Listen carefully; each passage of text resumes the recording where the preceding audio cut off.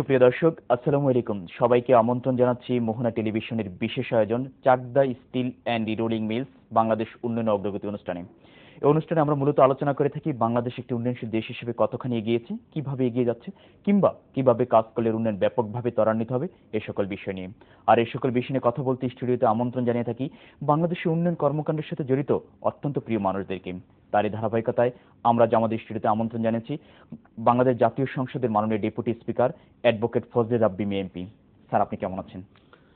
মাশাআল্লাহ, ইনশাআল্লাহ ভালো আছি। স্যার, আজকে আমাদের প্রতিপাদ্য বিষয় হচ্ছে যে কার্যকরী সংসদ ও প্রাণবন্ত সংসদ। আমরা দেখেছি 2009-এর নির্বাচনে সরকার, আওয়ামী লীগ সরকার 5টি বছর অতিবাহিত করে 2010-এ আবার নির্বাচনে জয় করে আবার সরকার গঠন করেছে। সেখানে সাবেক যে বিরোধী দল ছিল বিএনপি, তারা নেই, এখন জাতীয় পার্টি বিরোধী দলে আছে।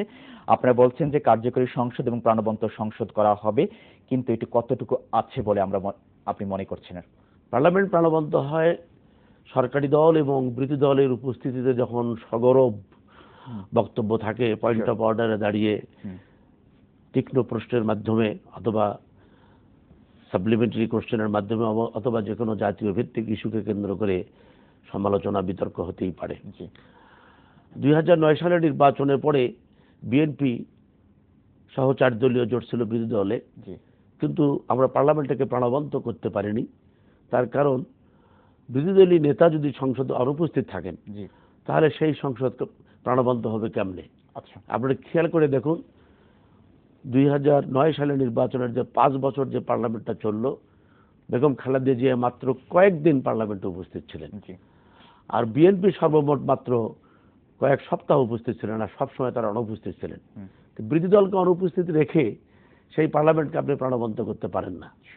পক্ষান্তরে 2010 সালের নির্বাচনে এবার বিএনপি কিন্তু বিরোধী দল হিসেবে আসতে পারেনি, জাতীয় পার্টি এবার বিরোধী দল হিসেবে এসছেন। পার্লামেন্টের যে আলোচনা, এটার একটা ইতিবাচক দিক আমরা এই পার্লামেন্টে লক্ষ্য করছি। আপনারা অবশ্যই খেয়াল রেখেছেন যে যখনই কোনো পার্লামেন্টের নির্বাচন হয়, বছরের প্রথম যে তারিখে পার্লামেন্ট অধিবেশন বসে, সেই দিনে সংবিধানের বাধ্যবাধকতা অনুযায়ী মহামান্য রাষ্ট্রপতিকে পার্লামেন্টে একটি বক্তব্য দিতে হয়। সেইরূপ বক্তব্য 2009 সালের পার্লামেন্টও হয়েছে, কিন্তু দুঃখজনক হলো সত্য যে তদানীন্তন বিরোধী দল বিএনপি কিন্তু সেদিন পার্লামেন্টে উপস্থিত থাকেননি। শুধু তাই নয়, বাজেট যখন উপস্থাপন করেন মাননীয় অর্থমন্ত্রী, এটি একটি বিশেষ দিন। এই দিন পার্লামেন্ট সবচেয়ে জমজমাট থাকার কথা।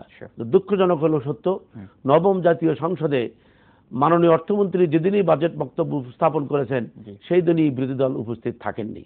সুতরাং পার্লামেন্টের যে একটা সার্থকতা বা ইতিবাচক দিক, সেটার থেকে নবম পার্লামেন্ট কিছুটা বিচ্ছিন্ন ছিল। আপনারা দশম জাতীয় সংসদে আপনারা লক্ষ্য করে দেখুন, মহামান্য রাষ্ট্রপতি প্রথম অধিবেশনের প্রথম দিনে যেদিন ভাষণ দেন, সেদিন দেখেছেন যে বিরোধী দলের নেত্রী সহ বিরোধী দলের সকল সদস্যরা সেদিন উপস্থিত ছিলেন। এবং মাননীয় অর্থমন্ত্রী যেদিন 2014-2015 অর্থ বছরের বাজেট ঘোষণা করেন 5ই জুন, সেদিনও দেখেছেন যে বিরোধী দলের সবাই উপস্থিত ছিল। সুতরাং এটাকে আমরা পার্লামেন্টের একটি ইতিবাচক দিক হিসাবে বিবেচনা করতে পারি, এবং সেই সুবাদে এই আলোচনাগুলোকে আমরা যাতে আরো প্রাণবন্ত হয় তার জন্য একটা প্রচেষ্টা অব্যাহত রাখতে পারি। মাননীয় বিরোধী দলীয় নেতা যে বক্তব্য রেখেছেন, সেই বক্তব্য কিন্তু কোনোদিনই মাইক্রোফোন অফ করে দেওয়া হয়নি। তার কারণ আওয়ামী লীগ সেই কালচারে বিশ্বাস করে না। তার কারণ বিরোধী দল যদি সমালোচনা করতে না পারে, সরকারি দল সংশোধন করবে কেমনে? এবং দেশের উন্নয়নের স্বার্থেই বিরোধী দলের সমালোচনাকে গ্রহণ করে, গঠনমূলক সমালোচনাকে গ্রহণ করে দেশের অগ্রগতির পথে ধাবিত হয় সরকারি দলের কাম্য হওয়া উচিত। মাননীয় ডেপুটি স্পিকার, তাহলে কি আপনি কি এখন দেখতে পাচ্ছেন যে যারা বিরোধী দল আছে তারা কি সরকার কোনো সমালোচনা করছে কিনা? আমরা তো সেভাবে কিন্তু লক্ষ্য করছি না। কিন্তু না, আপনার এই বক্তব্যটির সঙ্গে আমি একমত হতে পারছি না বলে দুঃখিত। সব সময় যে সরকারের তীব্র সমালোচনা করতে হবে, যদি তীব্র সমালোচনা করার মতো কোনো পথ না থাকে বা কোনো পন্থা না থাকে বা কোনো পয়েন্ট না থাকে বা কোনো বিষয় না থাকে, যেবার মাননীয় বিরোধী দলীয় নেত্রী যে বক্তব্য রেখেছেন, মাননীয় প্রধানমন্ত্রী কিন্তু তার উত্তর দিয়েছেন, এবং অন্য কাজী ফিরোজ রশিদ সাহেব দারুণভাবে সমালোচনা করার চেষ্টা করেছেন। তারপরে তো রুহুল আমিন হাওলাদার দারুণভাবে সমালোচনা করার চেষ্টা করেছেন। বিরোধী দলের চিফ হুইপ জনাব তাজুল ইসলাম চৌধুরী দারুণভাবে সমালোচনা করার চেষ্টা করেছেন। মঈনুদ্দিন খান বাদল কোনোদিনই সরকারকে ছেড়ে কথা বলেন না। সুতরাং তার উত্তর কিন্তু সরকারি দল সঠিকভাবে দেওয়ার চেষ্টা করছেন। একটি জিনিস যে নতুন একটি দল বিরোধী দলের ভূমিকায় এসছে, তাদেরকে গঠনমূলক সমালোচনা বা সমালোচনায় পৌঁছতে গেলে তাদেরকে একটা সময় দিতে হবে। আপনারা নিশ্চয়ই লক্ষ্য করেছেন যে আমরা এবার বাজেট অধিবেশনে 265 জন মাননীয় সদস্যদেরকে বক্তব্য রাখার সুযোগ দিয়েছে। এইটা বাংলাদেশের পার্লামেন্টের ইতিহাসে একটি নজিরবিহীন ঘটনা, এটি একটি দৃষ্টান্ত। এটাই প্রমাণ করে যে এই পার্লামেন্টকে প্রাণবন্ত করার জন্য আপনারা 265 জনকে দিয়েছেন। আমি একটু লিঙ্ক করতে চাচ্ছি মাননীয় স্পিকার, যে আপনি বলছেন 265 জনকে সুযোগ দিয়েছেন, তার আগে বিএনপি যখন ছিল তাদের সংসদ সদস্যদের থেকে তো বাজেটের আগে কিন্তু একটা পরামর্শ আপনারা নিতে পারতেন, কিন্তু সেটাও কি আপনারা নিয়েছেন কিনা? আপনি বলছেন তারা সংসদে আসেনি। না, একটি কথা হলো যে পরামর্শ বিভিন্ন রাজনৈতিক কিভাবে হবে, কিভাবে বিভিন্ন শ্রেণী পেশার মানুষের সঙ্গে কিন্তু মাননীয় অর্থমন্ত্রী করেছেন, বিভিন্ন কমিটির সঙ্গে করেছেন, বিভিন্ন ডিপার্টমেন্টের সঙ্গে করেছেন, এবং সেই দায়িত্বটা হচ্ছে মাননীয় অর্থমন্ত্রীর। অর্থমন্ত্রী বিবেচনায় যার সঙ্গে পরামর্শ করা প্রয়োজন ছিল বাজেট প্রণয়ন করার পূর্বে, অবশ্যই তিনি তাদের সকলের সঙ্গেই আলোচনা করেছেন, বৈঠক করেছেন, এমনকি কৃষকদের সঙ্গে বসেও তিনি বৈঠক করেছেন। এটাও কিন্তু একটি উন্নয়নের পূর্বশর্ত। এখন আরেকটি বিষয় হচ্ছে যে আমরা যেটা বলতে চাচ্ছি যে সরকারের যারা এখন বিরোধী দলে আছে তারা কিন্তু দেখেছি যে সরকার প্রত্যেকটি কাজে কিন্তু মানে দু একজন ব্যতীত সবাই কিন্তু সরকারের কিন্তু আলোচনা মানে সমালোচনা ব্যক্তি রেখে কিন্তু তারা কিন্তু কাজ করছে। কিন্তু আর এর আগে যারা বিএনপি যখন ক্ষমতা ছিল তখন আমরা দেখেছি যে তাদেরকে যে মাইক বন্ধ করার যে কথাটি বলছেন আপনি, সেটি কিন্তু বন্ধ করে দেওয়া হতো অনেক সময়, কিন্তু সেটা কিন্তু আমরা লক্ষ্য করছি। আপনি বলছেন দেওয়া হয়নি আর কি। আপনি স্পিকার হলো, আপনাকে সেই মাইক্রোফোন বন্ধ করতে হবে। আপনি কি মনে করছেন যে তার কারণটা হলো ওই সমস্ত কথা যদি জাতি শোনে তাহলে জাতি লজ্জা পাবে, সে কারণে কিন্তু তখন মাইক্রোফোন বন্ধ করা হয়েছে। আওয়ামী লীগের যারা সংসদ সদস্য মহিলা তারাও কি কম বলেছে কি না? আমার সঙ্গে তাদেরও মাইক বন্ধ করে দেওয়া হয়েছে। তাদেরও মাইক বন্ধ করে দেওয়া হয়েছে, এবং বিএনপির তুলনায় আওয়ামী লীগের সংখ্যা মাইক্রোস্কোপিক। 1000-এ একজনও নন। It is microscopic. সুতরাং এবং আওয়ামী লীগের মহিলাদের মধ্যে একজনের বক্তব্য আমি শুনেছিলাম কিছুটা তার মধ্যে আনপার্লামেন্টারি ল্যাঙ্গুয়েজ ছিল, তাছাড়া কিন্তু আমি আর কারো দেখিনি। যারা মানে গণতন্ত্রের সূতিকাগার বলে যারা দাবি করেন তাদের দেশে কিন্তু এত চমৎকার সিস্টেম নেই, এবং সেই দিক থেকে এখন কিন্তু মাননীয় মন্ত্রীরা পার্লামেন্টের কাছে রেসপন্সিবল এবং কমিটির কাছে রেসপন্সিবল। কারণ কমিটিতে মাননীয় মন্ত্রীকে কিন্তু একজন সদস্য হিসেবে থাকতে হয় এবং তাকে জবাবদিহি করতে হয়, মধ্যে মধ্যে তাদেরকে কিন্তু নাজেহালও হতে হয়। এই যে সিস্টেমটা গ্রো আপ করেছে এটা কিন্তু জননেত্রী শেখ হাসিনার নেতৃত্বে হয়েছে, এবং এই সিস্টেমটাকে আমরা যদি সাস্টেইন করতে পারি তাহলে অবশ্যই আমাদের দেশে মানে সাস্টেইনেবল ডেমোক্রেসি বলতে যেটা বোঝায় সেটা আমরা প্রতিষ্ঠিত করতে পারবো। আরেকটি বিষয় হচ্ছে যে আমাদের যে সরকারের কিন্তু একটি ভিশন 41 আছে কিন্তু মাননীয় স্পিকার, যেটা হচ্ছে যে ভিশন 21 ছিল এবং 41, কিন্তু আমরা দেখেছি 21 বাস্তবায়ন না করেই কিন্তু সরকার কিন্তু 41-এ কিন্তু পা দিয়েছে। কিন্তু এই বিষয়টি আমি অভিজ্ঞ সংসদ সদস্য ছিলেন, এখন ডেপুটি স্পিকার হয়েছেন, বিষয়টিকে আপনি কিভাবে দেখছেন? আপনাকে একটি কথা বলতে চাই, রবীন্দ্রনাথ ঠাকুরের ভাষায় আশাশূন্য নিরানন্দ মনে কোনো কাজ করতে নেই। আমাদের মাননীয় প্রধানমন্ত্রী আশাশূন্যভাবে কোনো কাজ করে না, তিনি ভেরি মাচ অপটিমিস্টিক। আমি তার দল করার জন্য তাকে সাবাই গাওয়ার জন্য কিন্তু এখানে আমি আসিনি। ব্যক্তিগতভাবে যেহেতু আমি ডেপুটি স্পিকার, আমি কিছুটা নিউট্রাল ভূমিকা পালন করে আপনারা নিশ্চয়ই দেখেছেন। এই বিষয়ে একটি জিনিস লক্ষ্য করতে হবে যে 2021-এর যে ভিশন, মানে নবম জাতীয় সংসদের প্রাক্কালে বাংলাদেশ আওয়ামী লীগ তাদের নির্বাচনী ম্যানিফেস্টোতে যেটা ঘোষণা করেছিল সেটা কিন্তু আমরা ইতিমধ্যেই বাস্তবায়িত করতে সক্ষম হয়েছি। পুরোপুরি না হলেও আমরা সক্ষম হয়েছি, এবং আমি আশা করছি যে 2021-এ পৌঁছার আগেই আমরা এটাকে সম্পূর্ণভাবে সাকসেসফুল করতে পারবো। এবং পাশাপাশি এবার যখন 10ম জাতীয় সংসদ নির্বাচনের প্রাক্কালে আমাদের আওয়ামী লীগের সভানেত্রী মাননীয় প্রধানমন্ত্রী জাতির জনক বঙ্গবন্ধু কন্যা শেখ হাসিনা যখন 2041-এর ভিশনের কথা বলছেন, তখন সেটাকে মাথায় রেখেই তো 10ম জাতীয় সংসদের কার্যক্রম শুরু করতে হবে, এবং সেই নিরিখেই তিনি তার কার্যক্রম শুরু করেছেন। এবং সে কারণেই 2041-এর চিন্তা ভাবনা তো আমাদের মাথার মধ্যে থাকাই স্বাভাবিক, সরকারের মাথার মধ্যে থাকাই স্বাভাবিক। যদি না থাকে তাহলে ওই নির্বাচনী ম্যানিফেস্টোর তো কোনো মূল্য থাকবে না, সে কারণেই কিন্তু এটা শুরু করা হয়েছে। স্যার, আমরা এই গুরুত্বপূর্ণ কথাগুলো আরো শুনবো, তারপর ছোট্ট একটা বিরতিতে যাব। সুপ্রিয় দর্শক, আমরা যাব চাকদা স্টিল অ্যান্ড রিরোলিং মিলসের সৌজন্যে ছোট্ট একটা বিরতিতে। আশা করছি আমাদের সাথেই থাকবেন।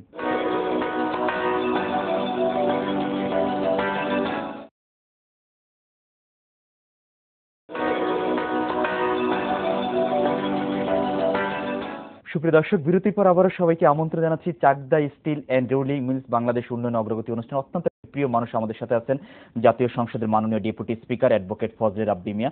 স্যার, আমরা বিরতির আগে যেটা বলছিলাম, সরকার 21 মোটামুটি পূরণের পথে 41 নিয়ে সরকার কাজ করছে, এবং সেটাও আমরা বলছি যে সরকার 41-এর মধ্যে আমরা একটা উন্নত দেশের পর্যায়ে আমরা পৌঁছে যাব আর কি। এখন আমার একটি প্রশ্ন হচ্ছে যে সংসদ সদস্যদের কি ধরনের ভূমিকা থাকতে পারে, আপনি একজন ডেপুটি স্পিকার কিভাবে দেখছেন বিষয়টিকে? মূলত সংবিধানের বিধান অনুযায়ী একজন সংসদ সদস্যের জি, পবিত্র দায়িত্ব হচ্ছে সংসদে আইন প্রণয়ন করা। কিন্তু আমাদের দেশে একটা ট্রেডিশন গড়ে উঠেছে since the independence of Bangladesh, যে মাননীয় সংসদ সদস্যরা তাদের এলাকার কিছু উন্নয়নের সঙ্গে নিজেদেরকে সম্পৃক্ত রাখে। অনেক সংসদ সদস্য কিন্তু মাসের পর মাস কিন্তু আপনার সংসদে অনুপস্থিত থাকছে, দলীয় সংসদ সদস্যরাই। কিন্তু সেই বিষয়ে কি আপনাদের কোনো মানে মন্তব্য আছে কিনা, যে তারা কিভাবে আরো বেশি সংসদে মানে কার্যকরী করার জন্য কিভাবে সংসদে আরো বেশি আসতে পারে? আমি জানি না। আমাদের যখন এবার কিন্তু 103 জন মাননীয় সংসদ সদস্য নতুন নির্বাচিত হয়েছে, রাইট, আমরা কিন্তু তাদেরকে 2 দিনের করে ওরিয়েন্টেশন কোর্স করিয়েছি, এবং সেই ওরিয়েন্টেশন কোর্সে মাননীয় স্পিকার, আমি, তারপরে সিনিয়র পার্লামেন্টারিয়ান আমাদের বাবু সুরেন্দ্র সেনগুপ্ত সহ অনেক সিনিয়র পার্লামেন্টারিয়ান, তাদের সঙ্গে আমরা মত বিনিময় করেছি। আমরা তাদেরকে একটা জিনিস বোঝাতে সক্ষম হয়েছি যে if you want to be a good parliamentarian, 1 মিনিটের জন্য পার্লামেন্টের বাইরে থাকা যাবে না। আমি আরেকটু বিষয়, একটু উন্নয়নের কথা বলতে চাচ্ছি স্যার। আমরা জানি যে আমরা বিভিন্ন সময় দেখেছি যে আপনি আপনার সংসদ থাকাকালীন সময় এখনো যে এলাকাকে একটি মডেল উপজেলা হিসেবে মানে তৈরি করার জন্য অনেক কাজ করেছেন। আপনি যদি সেই কাজের একটু ক্ষুদ্র অংশ দিয়ে আমাদেরকে একটু যদি বলেন। আমি আপনাদেরকে একটি কথা বলতে চাই যে বাংলাদেশের মধ্যে আমার নির্বাচনী এলাকাটি হচ্ছে সবচেয়ে দরিদ্রতম এলাকা ছিল, এবং নদী ভাঙ্গন এবং বন্যায় কবলিত এলাকা। এর ডেভেলপমেন্ট ধরে রাখা বড় মুশকিল। আমি এবার একটি রাস্তা একদিক দিয়ে করলাম, পরের বার দেখা গেল বন্যার সময় সেটা ভেঙে গেছে। তো এবার নবম জাতীয় সংসদের নির্বাচনের প্রাক্কালে আমার একটা কমিটমেন্ট ছিল যে যদি ইনশাআল্লাহ আওয়ামী লীগ ক্ষমতায় যায় এবং আমি সংসদ সদস্য নির্বাচিত হতে পারি, তাহলে আমরা নদী ভাঙ্গন রোধের কিছুটা কাজ করব, এবং সেটা আমরা করতে সক্ষম হয়েছি। নবম জাতীয় সংসদের সদস্য নির্বাচিত হওয়ার পর বন্যা নিয়ন্ত্রণ মন্ত্রণালয়ের মাধ্যমে আমি আমার এলাকার নদী ভাঙ্গনটা বহুলাংশে বন্ধ করতে সক্ষম হয়েছি। এবারও আমার নদী ভাঙ্গন রোধের কাজ এখনো চলছে। আমি গত 2 দিন আগেই আমার এলাকা থেকে 2টি নদী ভাঙ্গন রোধের কাজের শুভ উদ্বোধনী করে আসছি, এবং সে কাজ এখন চলছে, যার ফলে আমি আমার এলাকায় এখন কিছু উন্নয়নমূলক কাজ করেছি যেটা দৃশ্যত দেখা যায়, যেটা আগে দেখা যেত না। আমি সেই চর এলাকাতেও কিন্তু পাকা রাস্তা করিয়েছি। শুধু তাই নয়, ব্রহ্মপুত্র পার করে ওখানে বিদ্যুৎ নিয়ে যাওয়া সম্ভব নয়। আমি আমার ফুলছড়ি উপজেলার ব্রহ্মপুত্রের পূর্ব পাশের যে চর এরেন্ডাবাড়ি, এটা বিরাট বড় চর, একটি ইউনিয়ন, সেখানে আমি জামালপুরের মাধ্যমে সেখানটি কিন্তু বিদ্যুৎ দিয়ে এসেছি। আচ্ছা, একটি দেশের উন্নয়নের পূর্ব শর্ত হচ্ছে কমিউনিকেশন এবং বিদ্যুৎ, এবং জননেত্রী শেখ হাসিনা এই দুটোর উপরে জোর দিয়েছেন। আচ্ছা, আপনারা জানেন যে জননেত্রী শেখ হাসিনা যখন 2001 সালে ক্ষমতা ছাড়েন, তখন আমাদের দেশের বিদ্যুতের উৎপাদন ছিল 4300 মেগাওয়াট। আর আবার যখন উনি 2009 সালে যখন সেই বিদ্যুৎ ক্ষমতা নেন, তখন কিন্তু 4300 থেকে এটা 3200 মেগাওয়াটে নেমে এসেছিল। এখন সরকারের যে বিষয়গুলো, যে সরকার যে ভিশন আছে সেটিকে বাস্তবায়ন করতে হলে আপনি নিরপেক্ষভাবে যদি বলেন যে আসলে কোন দিকটা সরকারকে সবচেয়ে বেশি টেক কেয়ার করতে হবে এখন থেকে আর কি? আমার বিবেচনায় মনে হয়, I may be wrong but I shall not be wrong, 3টে জিনিসের উপরে সরকারের বেশি নজর দিতে হবে। একটি হচ্ছে বিদ্যুৎ, এটাকে কোনো ক্রমে 1 মিনিটের জন্য দেশের কোনো জায়গা দিয়ে কোনো লোডশেডিং করা যাবে। এটা কি সম্ভব মাননীয়? ইয়েস, 2015 সালের মধ্যে এই সরকার সেটা মানে সেই কার্যটি সমাধান করতে সক্ষম হবে ইনশাআল্লাহ। 1 আর 2 হচ্ছে ফরেন ইনভেস্টমেন্ট আমাদের এখানে আনার জন্য দেশের রাজনৈতিক যে অস্থিরতা, এটাকে দূর করার জন্য সরকারকে বাস্তব কিছু পদক্ষেপ গ্রহণ করতে হবে। ইতিমধ্যেই সরকার কিছু বাস্তব পদক্ষেপ গ্রহণ করেছেন, এবং বাইলেটারাল কিছু টক তিনি ইস্টার্ন কান্ট্রিজে, শুধু আমরা we are not looking for western countries only, we are also looking for the eastern countries. এবং জননেত্রী শেখ হাসিনা আপনারা দেখেছেন ইতিমধ্যেই তিনি জাপান সফর করেছেন, চীন সফর করেছেন, এবং তার 2টি সফরই ফলপ্রসূ হয়েছে, যার ফলে অনেকে এখন চিন্তা করছেন যে না, বর্তমান সরকারকে মাইনাস করে দেশের উন্নয়ন করার কথা চিন্তা করা যায় না। আপনারা দেখুন না, বিশ্ব ব্যাংক আমাদেরকে কিভাবে একটা অকওয়ার্ড পজিশনে ফেলে দিয়েছিল এই পদ্মা সেতুকে কেন্দ্র করে। আমরা পদ্মা সেতুর কাজ শুরু করেছি কিসের অর্থে? বাংলাদেশের নিজস্ব অর্থে। সুতরাং বাংলাদেশ পারে এবং পারবে, এগিয়ে যাচ্ছে এবং এগিয়ে যাবে, এবং সেটা জননেত্রী শেখ হাসিনার নেতৃত্বে এগিয়ে যাবে। বাংলার 16 কোটি মানুষ সেটা বিশ্বাস করে। জি, আরেকটি বিষয় হচ্ছে যে আসলে সরকারের এখন অনেকগুলো চ্যালেঞ্জ আছে, যেটা হচ্ছে আইন শৃঙ্খলা পরিস্থিতি মাঝে মাঝে আমরা দেখছি অবনতি ঘটছে। তারপর দুর্নীতি, যেটা হচ্ছে যে সুইস ব্যাংকের কথা নিয়ে কিন্তু বিভিন্ন সময় কিন্তু কথা উঠেছে, কিন্তু এই বিষয়গুলো কিন্তু সরকার কিন্তু টেক কেয়ার করতে হবে। মাননীয় স্পিকার, আপনি এই বিষয়টি কিভাবে দেখছেন আর কি? আপনারা নিশ্চয়ই লক্ষ্য করেছেন যে মাননীয় প্রধানমন্ত্রী এই বিষয়ে পাবলিক স্টেটমেন্ট দিয়েছেন যে আমরা যে কোনো প্রকারে হোক ওই সুইস ব্যাংকের টাকা কার কার আছে সেই টাকা আমরা বাংলাদেশে ফেরত আনার চেষ্টা করি। এটা কি সম্ভব কিনা? আপনি দেখেছেন মানি লন্ডারিং করে সিঙ্গাপুরে যে টাকা নিয়ে যাওয়া হয়েছিল সেই টাকা তো বাংলাদেশ সরকার, বর্তমান শেখ হাসিনা সরকার কিন্তু ফেরত আনতে সক্ষম হয়েছে। যদি সেটি করতে পারেন তাহলে সুইস ব্যাংক থেকে টাকা ফেরত আনতে পারবেন। বিরোধী দলের একজন ছিল, সেটা সরকার আমি কোন দলের ওতপ্রোতভাবে চেষ্টা করেছে, সেই জন্য এটার জন্য কি সরকার কতটুকু চেষ্টা করবে? আমরা কোন দলের লোক টাকা নিয়ে গেছে সেটা কিন্তু আমার দেখবার বিষয় নয়। আচ্ছা, টাকা নিয়ে গেছে এটা হচ্ছে দেখবার বিষয়। সেটা বিএনপির লোক নিয়ে গেল, না আওয়ামী লীগের লোক নিয়ে গেল, না জামাতের লোক নিয়ে গেল, না জাতীয় পার্টির লোক নিয়ে গেল, সেটা নিয়ে আমাদের সেই বিষয় নিয়ে শেখ হাসিনা চিন্তা করেন না। চিন্তা করেন যে দেশের টাকা পাচার হয়ে গেছে, সেই টাকা ফেরত আনতে হবে। জি, মাননীয় স্পিকার, আপনি যদি সর্বশেষ আমাদের একটু আশার বাণী শুনে দেশকে কোথায় দেখতে চাচ্ছেন এবং সংসদকে কার্যকর করার জন্য আপনি কতটুকু ভূমিকা পালন করবেন একজন ডেপুটি স্পিকার হিসেবে? আমি একজন ডেপুটি স্পিকার হিসেবে আমি অলওয়েজ আই ট্রাই যে এই পার্লামেন্টটা যাতে প্রাণবন্ত হয় এবং পার্লামেন্টের সদস্যরা যাতে পার্লামেন্ট শুরু থেকে শেষ হওয়া পর্যন্ত সার্বক্ষণিকভাবে যাতে পার্লামেন্টে তাদের নিজ নিজ আসনে বসে থাকেন, তার জন্য তাদেরকে আমি প্রলুব্ধ করার জন্য, আকৃষ্ট করার জন্য আমি চেষ্টা করছি। আমি আপনার জানা দরকার যে আমি এক্স অফিসিও ডেপুটি স্পিকার হিসেবে এক্স অফিসিও লাইব্রেরি কমিটির সভাপতি। আমি লাইব্রেরিটাকে মাননীয় সংসদ সদস্যদের কাছ থেকে একটা আকর্ষণমূলক একটা লাইব্রেরি করতে চাচ্ছি, আকৃষ্ট করতে চাচ্ছি, যাতে তারা লাইব্রেরিতে গিয়ে লেখাপড়া করেন। আর যখনই একজন মাননীয় সংসদ সদস্য লেখাপড়া করবেন, তখনই তিনি তার নিজেকে একজন ভালো পার্লামেন্টারি হওয়ার জন্য, পার্লামেন্টের সব সময়ের জন্য তিনি পার্লামেন্টে বসে থাকার চেষ্টা করবেন। এই একটা উদ্যোগ আমরা নিয়েছি। আমি বিদেশিদের সঙ্গে কথা বলেছি, ইউএনডিপির সাথেও কথা বলেছি। তারাও আমাদেরকে লজিস্টিক সহায়তা করতে চেয়েছেন যাতে আমরা আমাদের লাইব্রেরিটাকে অত্যন্ত উন্নয়ন, একটা উন্নত ধরনের একটা লাইব্রেরি আমরা রূপান্তরিত করতে পারি এবং আমাদের মাননীয় সদস্যদেরকে আমরা সেই লাইব্রেরির প্রতি আকৃষ্ট করতে পারি। এবং আমি মনে করি একজন পার্লামেন্টারি হিসেবে যে একজন মেম্বার পার্লামেন্টকে যদি আমরা লাইব্রেরির প্রতি আকৃষ্ট করতে পারি, তখনই আমরা পার্লামেন্টকে প্রাণবন্ত করতে পারবো বলে আমি বিশ্বাস করি। আমরা বিশ্বাস করছি যে একটা কার্যকরী সংসদ আপনি তৈরি করবেন এবং সংসদ প্রাণবন্ত হবে। মাননীয় ডেপুটি স্পিকার, আপনাকে অসংখ্য ধন্যবাদ আমাদেরকে সময় দেওয়ার জন্য। আপনাকে অসংখ্য ধন্যবাদ এবং মোহনা টিভি কর্তৃপক্ষকে আমি আন্তরিক ধন্যবাদ এবং ঈদ উল ফিতরের শুভেচ্ছা জানাচ্ছি। সুপ্রিয় দর্শক, আমরা আমাদের অনুষ্ঠানে একেবারে শেষ প্রান্তে, তবে যাবার আগে বলছি, অনুষ্ঠান সম্পর্কে এবং উন্নয়ন সম্পর্কে যে কোনো তথ্য এবং মতামত আপনি আমাদেরকে জানাতে পারেন। আপনি জানান আমাদেরকে, আমরা জানাবো গোটা বাংলাদেশকে।